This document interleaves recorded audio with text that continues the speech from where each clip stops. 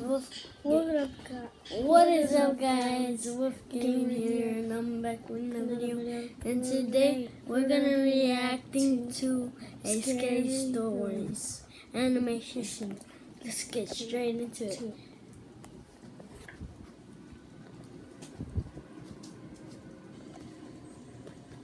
This happened when I was in college. I was 20 at the time, studying for an upcoming exam in biology. That is, until my roommate busted in my room. She wasn't yelling, but I could see she was drunk by her excitement. I rolled my eyes and sighed. I completely lost focus now. But it was okay. I'd kind of gotten used to her behavior. She was a party girl while I was, well, a nerd. I tried to get back on my reading tracks again, but she patted me on the back and drunkenly giggled before speaking. "Come on, Jasmine. Every time I see you, you're always reading a book." I sighed before speaking. "And every time I see you, you smell of alcohol and vomit." She frowned at me. "How about this? I'll be quiet all week if you come to this party tomorrow at 8. I wanted to say no, but then I thought about it. I mean, I do always work really hard. Besides, she won't barge in like this for the whole week? Sounds too good, I thought to myself. So I nodded and continued to read. We got ready. I hadn't dressed up in ages, so I was kind of excited. The party was loud, filled with drunk people making out, bumping, and dancing. The party was hosted in a basement-like setting, only it was much bigger and had a lot of space. I'm not going to lie, I did have a few drinks. I wasn't drunk, but I was definitely tipsy. So, as my view became tilted, this guy comes out of nowhere and has small talk with me. He was fairly attractive. He didn't seem drunk. We met and exchanged names. From what I remember, he had red dyed hair and blue eyes. He was white and about 6 feet. His name was Luke. We laughed and talked about topics like studies and books and that kind of thing. The talking went on for about a half an hour. He then said, "Hey, I'm going to get another drink. Want anything?" I said, "Why not? I mean, I'm having fun." So later on, he came back with drinks. And the next thing I remember, we were making out in the corner of the party room. It was so quick. And then he asked me, "Want to go back to my place?" Which I politely declined. I already know what he wants. Besides, I needed to be on campus in the morning. "Come on, I promise it will be fun." I remember that he kept on trying to get me to go, but he gave up after I made it clear I wasn't interested in going to his place. He rolled his eyes angrily and gave me a paper with a number on it. "Fine. If you change your mind, give me a call." He leaned close to me and whispered against my ear. Then he walked out, and the rest of the night was a complete blank. The next day, I woke up inside my college bedroom, on my bed, next to my roommate snoring on her bed as well. As I got up to shower, a paper fell out of my pocket. It was the number, which made me remember that guy, but I had more important things now. I showered then and went to study. I remember reading my book when all of a sudden I felt dizzy.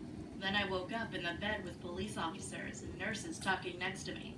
Turns out I had this dangerous allergic reaction that could only be caused from saliva or any bodily fluids that had come from decaying or rotting flesh, which to my surprise was weird. I hadn't been kissing anyone, let alone ate anything raw. Then I remembered the guy. I told the police about the guy at the party and gave them the number he gave me. A few weeks passed and my allergies went down so I could live my life normally. I just finished my test when my phone rang. I answered it, and it was the police. Turns out the guy from the party had 2 dead, decaying women's bodies inside his... What? So disgusting. He's eating somebody. As you can see, he's eating 2 people. Apartment, then police. They must have been there for months. My heart dropped. The thought that I made out with someone who ate human flesh, or even worse, was what if I had agreed to come to his place?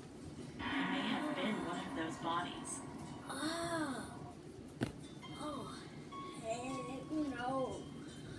When I was in 7th grade, That first one was I heard about astral projection. first Here's the time, next I one. thought the idea seemed pretty cool. Who wouldn't want an out-of-body experience and travel around the world?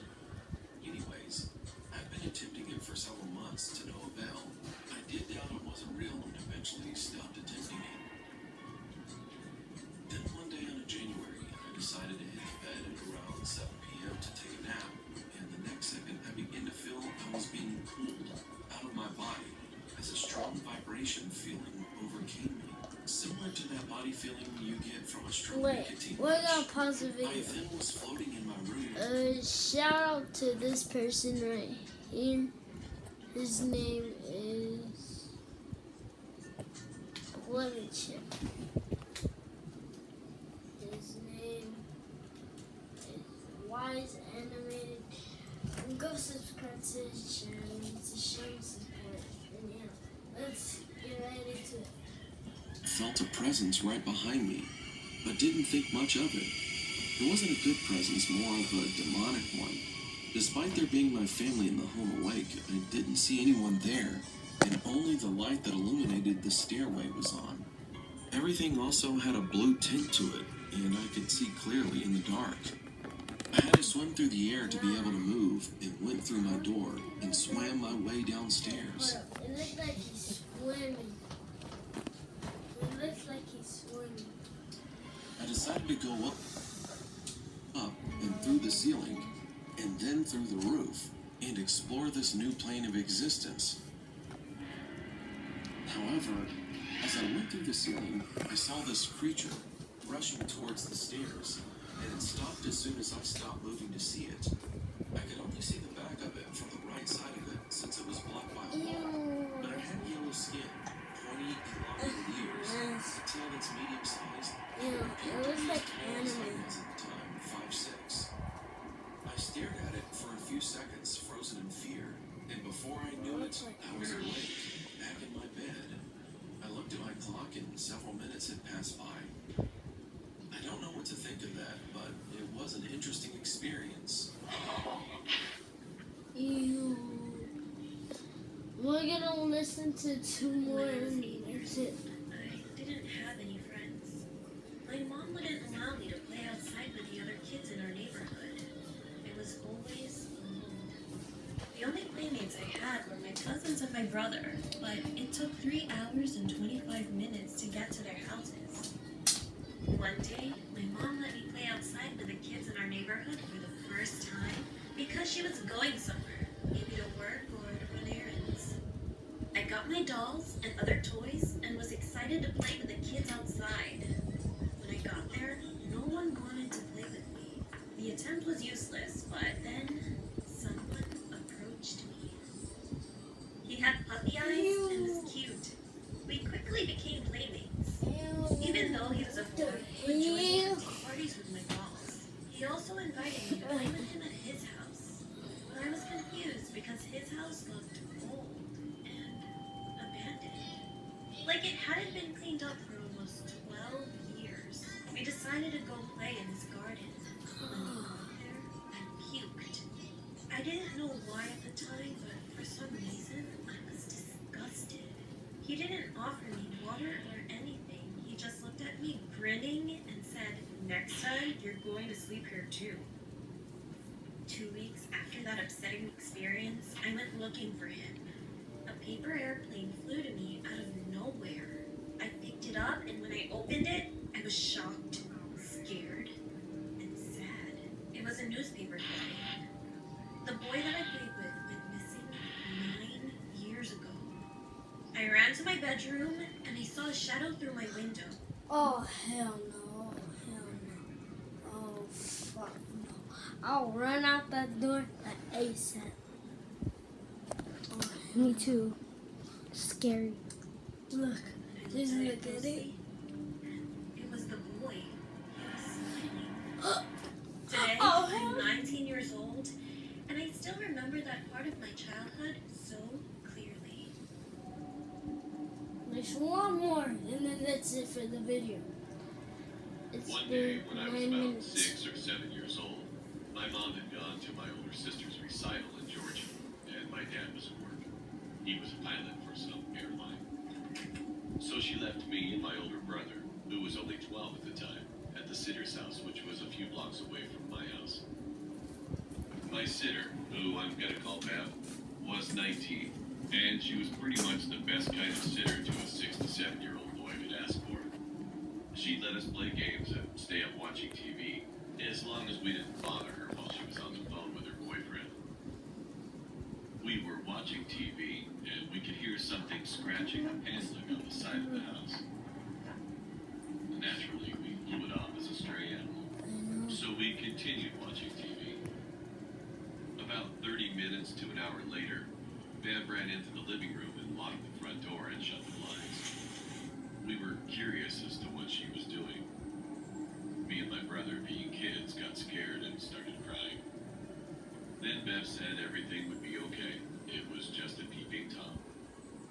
So she took us upstairs and we went to her parents' room with the Nintendo and some snacks. She said stay put and not to touch anything we didn't bring into the room. Not a minute later after she walked out of the room, we heard a loud crash and glass shattering in the room below us. The sicko had thrown a brick from the walkway through the guest bedroom window and managed to get in. I remember Bev running into the room and pulling us into the closet, telling us we were going to play a game of hide and seek and to be very quiet. She got out of the closet and locked it through the outside latch and disappeared. Several minutes passed and we could hear a Fucking man bitch. screaming, come out wherever you are. I only want to play. Then I heard what sounded like water running in the bathroom across from the closet. Then it shut off. Then I heard Bev yelling something at the man. It was something like, the police are on their way. You better get out of my fucking house now. And then we could hear loud, heavy footsteps sprinting out of the room. And then sirens wailing in the distance. Then the Bev fucking shrieked, and we heard a loud thud on the can't ground believe below it, us. cussing. Bev had managed to find an old wooden bat. As the man turned a corner to go out the front door, Bev swung the bat as hard as she could, knocking the man to the floor. Dazed, he got up and tried chasing her outside, but the cops had already arrived and tackled the man on sight.